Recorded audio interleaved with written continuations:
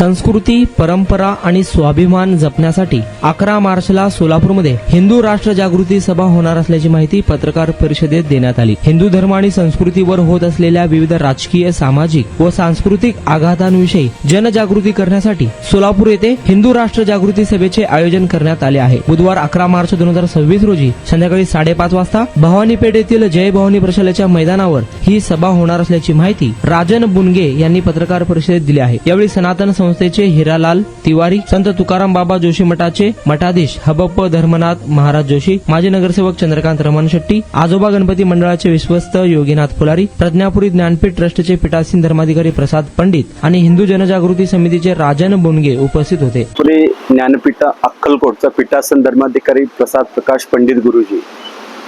हिंदू जनजागृती समितीच्या वतीने सोलापूर येथे दिनांक 11 मार्च 2026 रोजी सायंकाळच्या 5:30 वाजता हिंदू राष्ट्र जागृती सभा या सभेकरता